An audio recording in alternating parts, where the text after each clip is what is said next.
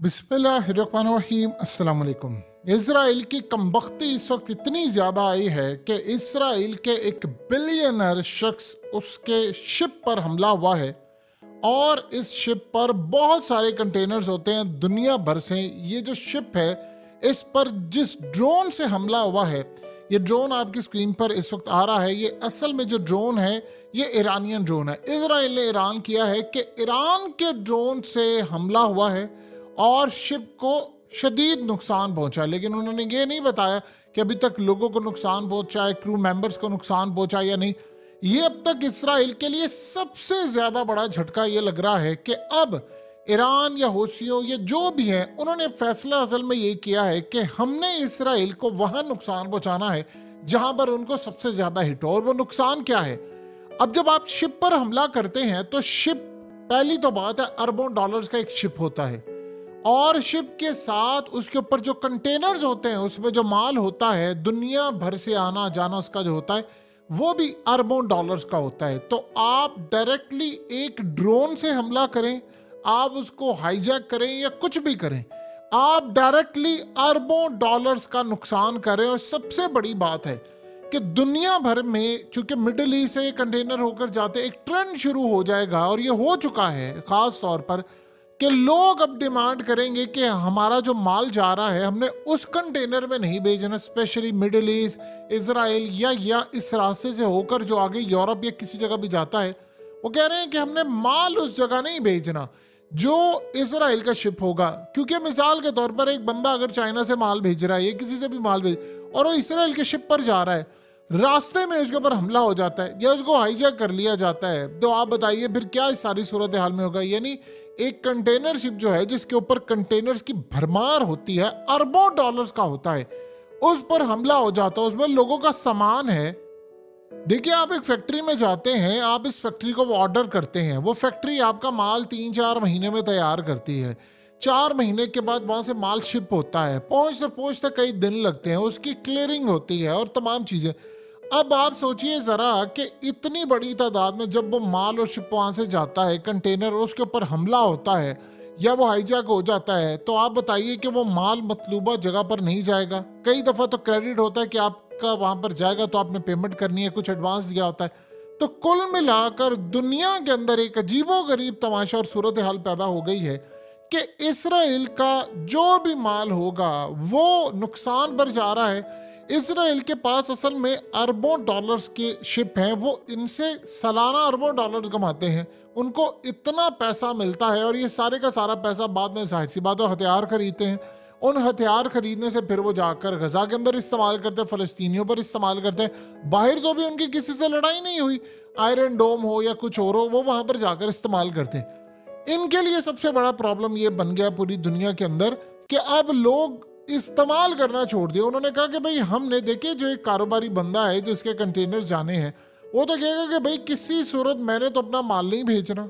और मेरे इस भेजे गए माल से जितना नुकसान होगा इस सारे मामले के अंदर और आने वाले वक्त में हाईजैक होगा, मैं तो वो बर्दाश्त नहीं कर पाऊंगा। तो उसका नुकसान ये है कि बड़ी बड़ी कंपनीज इसराइल का जो शिपिंग, यानी मिसाल के तौर पर शिपिंग चीज़ें हैं, वो ख़त्म कर देंगी। वो कह देंगी हमने इस्तेमाल नहीं करनी। ये बिल्कुल इसी तरह था जिस तरह आपको याद होगा कि मलेशियन एयरलाइन का जो तैयारा था वो गायब हो गया, तो उसका हादसा हो गया था और आज तक उसका पता ही नहीं चल सका, बावजूद उसकी कि उस पर इतनी डॉक्यूमेंट्रीज बन चुकी हैं। कभी रशिया पर इल्ज़ाम लगाया जाता है, कभी किसी पर, लेकिन आज तक पता ही नहीं है कि वो कहाँ पर चला गया, ना उसकी बाकियात मिली ना कुछ मिली। तो उसके बाद हालत ये हो गई थी कि मलेशियन एयरलाइन बिल्कुल कई महीनों सालों तक खाली जाती रही थी, लोगों ने उसके ऊपर बैठना बंद कर दिया था, इतना उनको नुकसान हुआ था। ये एग्जैक्टली उसी तर्ज की सूरत हाल इसराइल के लिए पैदा हो गई है कि जब आपका शिप के ऊपर कंटेनर जा रहे हैं, आपका माल जा रहा है, तो कोई बेवकूफ होगा कि अपना माल इसराइल के शिप्स के ऊपर भेजे? यानी वो क्लियर सूरत हाल इस वक्त हो गई है कि आपने डायरेक्टली उनको कहना शुरू कर दिया है कि नहीं, इनफ इज इनफ हो गया है कि हम इस सारी सूरत हाल के अंदर आपका कोई कंटेनर इस्तेमाल नहीं करेंगे। इसराइल को नुकसान होगा। अब सबसे बड़ी बात यह है कि बहुत सारे इसराइली इस वक्त ये सोच रहे हैं कि अगर हमारा इसी तरह नुकसान चलता रहा और ये लड़ाई ख़त्म ना हुई तो हो सकता है कि हमें इसराइल की जो नेशनैलिटी है वो सरेंडर करना पड़े। उसकी वजह यह है कि ये जो इसराइल के अंदर ज़्यादातर बड़े बड़े बिजनेसमैन हैं, इनके पास दो दो तीन तीन ममालिक की नेशनैलिटीज़ होती हैं, स्पेशली अमेरिका की है, किसी के पास जर्मनी की है, साथ उनके पास इसराइल की भी है। तो अगर वो इसराइल की नेशनैलिटी को छोड़ देते हैं तो फिर चाहे उनका ताल्लुक कोई भी हो, मज़हब कोई भी हो, लेकिन फिर इस सारी सूरत हाल में अपने आप को अमरीकी कहलाएंगे। वो आ सकते हैं, वो ये फिर समझेंगे कि अगर हमारा अरबों डॉलर्स का नुकसान हो रहा है और इसराइल की वजह से हो रहा है, तो अगर हम नेशनैलिटी सरेंडर कर देते हैं, क्योंकि लड़ाई तो ख़त्म नहीं होनी। इसी तरह अगर ये कंपनीज चलती रही, ये कंपनीज छोटी थोड़ी होती हैं, पूरा स्टाफ होता है, लोग होते हैं, और सबसे बढ़कर बात ये है, ये तो वो हो गए ना जो इसराइल शिप है, यानी इसके साथ ये भी सूरत हाल है। इन्होंने झंडे उतार दिए ऊपर, पहले झंडे लगे होते थे कि फलाने मुल्क का है शिप, फलाने का, इन्होंने झंडे उतार दिए। और सबसे ज्यादा इंटरेस्टिंग मामला ये है कि जो माल इसराइल जा रहा है उसको भी इन्होंने कहा हमने निशाना बनाना है। अब इसराइल को समझ नहीं आ रही कि ड्रोन किसने मारा है, क्या ये ईरान ने मारा है? वो कह रहे हैं तो ये ईरान का ड्रोन, लेकिन मारा किसने? क्या हूसियों ने मारा है या ईरान ने मारा है, या किसने मारा है, किसको दिया गया? अभी किसी ने कोई जिम्मेदारी क्लेम नहीं की, लेकिन हमला हो चुका है। इसके साथ एक बड़ा अजीबोगरीब मामला आया है कि ईरान के डिफेंस मिनिस्टर ने एक बहुत बड़ा ऐलान किया है। उन्होंने अमेरिका को वार्निंग जारी की है कि फौरी तौर पर इमीडिएटली आप इस खत्ते से अपनी फोर्सेस लेकर वापस चले जाएं, वरना हम आपको इतना ज्यादा नुकसान पहुंचाएंगे, इतना मारेंगे कि आपको अंदाजा नहीं हो सकता, और आपको इसके कॉन्सिक्वेंसेस बर्दाश्त करने पड़ेंगे। उनका सादा अल्फाज में मतलब क्या था कि आप अपने अड्डे इस खत्ते से ख़त्म कर ले, नहीं तो आपके अड्डों पर हम इतने हमले करेंगे, इतने हमले करेंगे कि अमेरिका की फोर्सेस यहाँ पर 0/0 हो जाएंगी और हम आपको नहीं छोड़ेंगे। बेहतर ये है कि आप अपने यहाँ से अड्डे फारिग करें और यहाँ से निकले, आपका काम कोई नहीं है इस खत्ते के अंदर। हमारी जो मिडिल ईस्ट के अंदर जो अरब ममालिक हो या किसी से हो, हमारे उनके साथ बड़े अच्छे ताल्लुकात हैं और हमारी उनके साथ यारी दोस्ती भी हो गई है, कोई जो इख्तलाफात भी कोई नहीं है। हमने उनकी हिफाजत करनी है, उन्होंने हमारी हिफाजत करनी है। आप यहाँ से अड्डे उठाए और यहाँ से निकलते बने, वरना आपको इसका वो भयानक नुकसान उठाना पड़ेगा, क्योंकि आप इस खत्ते में सिर्फ फसाद करने के लिए आए हैं। और फसाद ये है कि आपने इसराइल की मदद करने के बहाने यहाँ पर रहे हैं, तो आप पर बड़ा हमला होगा। अब अगर ये सूरत हाल हो जाती है कि एक तरफ शिप पर हमले हो रहे हैं, दूसरी तरफ ये हमला हो रहा है, और तीसरी तरफ मामला तो और ज़्यादा ख़राब है, तो आप बताइए कि फिर अमेरिका को अगर यहाँ से निकलने का कहा जाए, मिसाल के तौर पर, अभी फिलहाल तो ये नामुमकिन सी बात है अमेरिका जाए, लेकिन चले एक बात मान लेते हैं कि अगर अमेरिका यहाँ से चला जाता है, अभी तो सूरत हाल ये है कि अमेरिका की जानिब से उनके मीडिया ने कहा है कि अगर ये लड़ाई ख़त्म हो जाती है तो जो एयरक्राफ्ट कैरियर्स हैं अमेरिका के आए हुए हैं यहाँ पर, उनको तो वो फौरी तौर पर वापस बुला लेंगे कि चलते बनो। अगर ऐसी सूरत हाल होती है अमरीकी चले जाते हैं, तो इसराइल का बचना तो बस किसी, यानी आप समझ लें कि आखिरी दमों पर होगा, उसका बचना नामुमकिन होगा। इसराइल ने कभी सोचा नहीं था कि इस लेवल की, अभी तो लड़ाई शुरू नहीं हुई, अभी तो सिर्फ गजा में जारी है और बाकी सूरत हाल, अभी तो कैदियों का तबादला हुआ है और इसराइल की चीखें आसमान पर चली गई हैं। देखिए ये बात बिल्कुल ठीक है, मिडिल ईस्ट इस वक्त यूरोप बन रहा है, वो दुनिया पूरी के अंदर लोग आ रहे हैं, मिडिल ईस्ट में शिफ्ट हो रहे हैं। मिडिल ईस्ट फ्यूचर है पूरे वर्ल्ड का।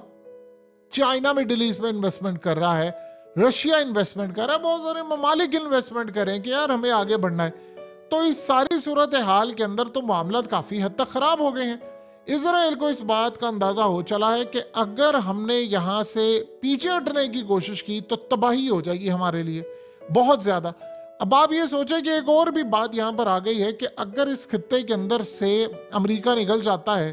तो इसराइल के खिलाफ क्या मामला होगा। देखिए इसराइल के खिलाफ सबसे बड़ी सूरत हाल ये होगी कि कोई भी उस पर चढ़ दौड़ेगा और उसके बाद इसराइल का बचना बिल्कुल नामुमकिन हो जाएगा। अब ईरान ने धमकी दी है, उसके बाद बाकी आप देखें मिडिल ईस्ट के अंदर बहुत सारे अभी तो बहुत सारी ताकतें एक्टिव नहीं हुई। इसराइल के लिए एक परेशानी की बात यह है कि ये जो शिप है और ये बाकी सारी चीज़ें, इन पर जो ताबड़तोड़ वो हमले कर रहे हैं और हमले करने के बाद इनको कैप्चर किया जा रहा है और पकड़ा जा रहा है। अभी आप ये देखिए उनकी जो सुलह नहीं कहेंगे हम, अभी जंगबंदी जो हुई है 4 दिन के लिए, वो तो सिर्फ हमास के साथ हुई है, बाकी क्या हूसियों के साथ हुई है, ईरान के साथ हुई है, हिजबुल्लाह के साथ हुई है, इराक मलेशिया किसी के साथ नहीं हुई, क्योंकि वो कह रहे हैं इन्होंने गजा में तबाही की है कि या तो ये पूरी तरह ऐलान कर दे कि भाई हम आज के बाद गजा पर हमला नहीं करेंगे, देन हम ये काम करेंगे कि हम इन पर हमले छोड़ेंगे। अब इनको प्रॉब्लम आ रही है। देखिए जो बिलियनर्स होते हैं, चाहे वो इसराइल के हों चाहे वो कोई और हो, उनको पैसा बहुत प्यारा होता है। वो समझते हैं कि हमने इसराइल झक मारना है, यानी उनके लिए ये भी सूरत हाल, वो सरेंडर कर देंगे नेशनैलिटी। और जब वो नेशनैलिटी सरेंडर कर देंगे तो उसके बाद वो इनको पैगाम दे देंगे, क्योंकि इस वक्त ईरान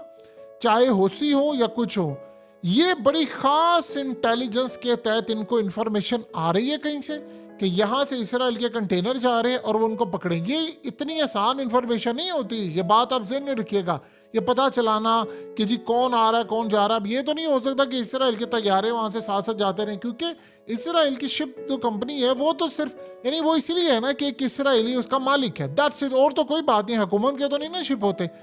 लेकिन यहाँ पर सूरत हाल है कि अगर वहाँ से वो जो बिलियनर हो जिनकी ये शिप्स हैं, वो अगर पैगाम दे दे हौसियों को या हुकूमतों को कि यार देखें मैंने नेशनैलिटी सरेंडर कर दी है, मेरा इसराइल से ताल्लुक कोई नहीं है, अब मैं अमेरिकन हूँ या फलाना हो, तो आपने मेरे शिप पर हमला नहीं करना, तो हो सकता है ये ट्रेंड शुरू हो जाए और उनकी खलासी होना शुरू हो जाए। या फिर जिस तरह इनको पैगामात मिल रहे, कोई इन्फॉर्मेशन पास करे, क्या वो रशिया कर रहा है, चाइना कर रहा है, कौन कर रहा है, कि उनको एग्जैक्ट पता चलता है कि यहाँ से फलाने के कंटेनर जा रहे हैं, इन पर आप हमला करें, ये शिप जा रहा है, इसको पकड़ ले और इसके बाद इनकी तबाही ले आए।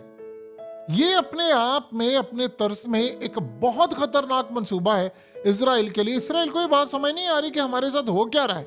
हमारी तो तबाही इस वक्त रूज पर चल रही है, हमारे लिए तो तबाह कुन सूरत हाल है, मामला काफ़ी हद तक ख़राब है। देखिए इस वक्त सबसे बड़ा मसला ये है कि ज़्यादातर चीज़ें जो इस वक्त चल रही हैं वो इंडिकेट कर रही हैं कि काफ़ी हद तक इसराइल इस वक्त फंस गया है। आप ये देखिए हमास के जो तर्जुमान है अबू उबैदा, उन्होंने क्या ऐलान किया, उन्होंने कहा कि हम तमाम फ़लस्तीनियों को कहते हैं अन करीब आप सबके घर में पूरी वो खुशियां लौट कर आएंगी, हम सारे के सारे कैदी जो इसराइल की जेलों में लेकर आएंगे, सारी इसराइल की जेलें खाली कर देंगे और अपने हमारे फ़लस्तीनी वापस अपने घरों को आएंगे, आप सिर्फ इंतज़ार कीजिए हम करते क्या इनके साथ, आपको अंदाज़ा होगा। हुआ ये है कि इस वक्त एक बड़ी अजीबोगरीब बात है जो इसराइल के मीडिया पर आई है, वो ये आई है कि इसराइल के जो आर्मी चीफ ने और नेतन्याहू ने बात की थी कि हमास की तमाम लीडरशिप को, चाहे या तो वो गजा में है, फ़लस्तीन में है या अब्रॉड बैठी हुई है, उनका इशारा था इस्माइल हानिया और दीगर पर जो कतर और तुर्की जाते हैं, उन्होंने कहा था कि इन सब का खात्मा ज़रूरी है। अब कतर ने गारंटी ली है इसराइल से कि आप किसी तर्ज का कोई हमला किसी मुल्क में जाकर नहीं करेंगे क्योंकि ये मुआहदे में शामिल है, लेकिन इसराइल का मीडिया कह रहा है कि नहीं जी वो तो इस बात से पीछे नहीं हटने वाले। अगर इसराइल ने कोई एक आधी ऐसी गलती करने की कोशिश की तो जो फिर इसराइल का हाल होगा वो तो सारे देखेंगे, क्योंकि देखिए अभी तक तो लड़ाई चल रही है गजा के अंदर, फ़लस्तीन में। जब आप एक जगह से हटकर दूसरी जगह पर जाएंगे, वहां पर जाकर आप हमला करवाने की कोशिश करेंगे, तो फिर तो ये सारे का सारा मामला खराब हो जाएगा। आने वाले वक्त के अंदर हालात ये इंडिकेट कर रहे हैं कि चीज़ें मुकम्मल तौर पर इनके कंट्रोल से बाहर हो रही हैं, ये बिल्कुल चीज़ें इनके कंट्रोल में नहीं है, बिल्कुल इजराइल इस वक्त बैकफुट पर चला गया। अब देखिए अगली सूरत हाल, ये बाकी जो कैदी रह गए हैं उन तक सारे, अब इसराइल डील कर रहे हैं ना, जो बाकी कैदी हैं वो भी करेंगे और करते करते 20-25 दिन लग जाते हैं, तो ये जो शिप वाले हैं उनका तो नुकसान हो रहा है। आप बताइए ना, अगर एक शिप 5 अरब डॉलर का है, 10 का है, 2 का है, 3 का है, कितने भी अरब डॉलर का है, अब अगर उस पर नुकसान होता है तो जाहिर सी बात है उस बंदे की तो तबाही हो जाएगी, तो फिर मामला कैसे आगे चलेंगे,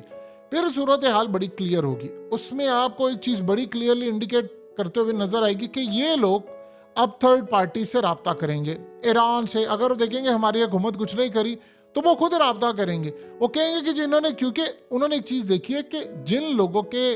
गए हुए थे प्यारे, उनको वो रिहाई कैसे मिली है। उन लोगों ने प्रेशर डाला था कि भाई हमारे बंदे रिहा करवाओ, सड़कों पर आ गए थे, पूरी दुनिया इन पर लान तान करी थी, 48 दिन हो गए थे, आपने बंदों को रिहा नहीं करवाया, तो ये तो होना था आपका। इसी वजह से इन लोगों ने फैसला किया कि नहीं, हम लोग इसको देखेंगे और इसके बाद अपने बंदे लाएंगे। अब जब ये सूरत हाल होगी तो ये शिप कंपनीज के जो मालिक हैं वो भी एक ही कोशिश करेंगे, वो कहेंगे कि देखो हमें इनमें एक नई चीज़ डालनी है और ये है कि हम लोग बातचीत करें दूसरे बिजनेसमैन से या हुकूमतों से या बड़े लेवल पर उनको पैगाम दें कि आप हमारे ऊपर हमला ना करें।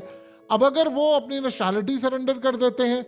या वो इन शिप को किसी ऐसे बंदे को बेच देते हैं, चाहे वक्ती तौर पर सही, जो इसराइली ना हो तो बचा सकते हैं, क्योंकि फिलहाल की जो सूरत हाल नज़र आ रही है उसमें तो इन पर हमले होंगे और सिक्योरिटी इनको कोई नहीं मिल रही। और ये अब तक इसराइल के लिए एक के बाद एक झटका है कि आपके शिप इतनी बुरी तरह तबाह हो रहे हैं, लेकिन आप इसको मैनेज करने में नाकाम रहे हैं।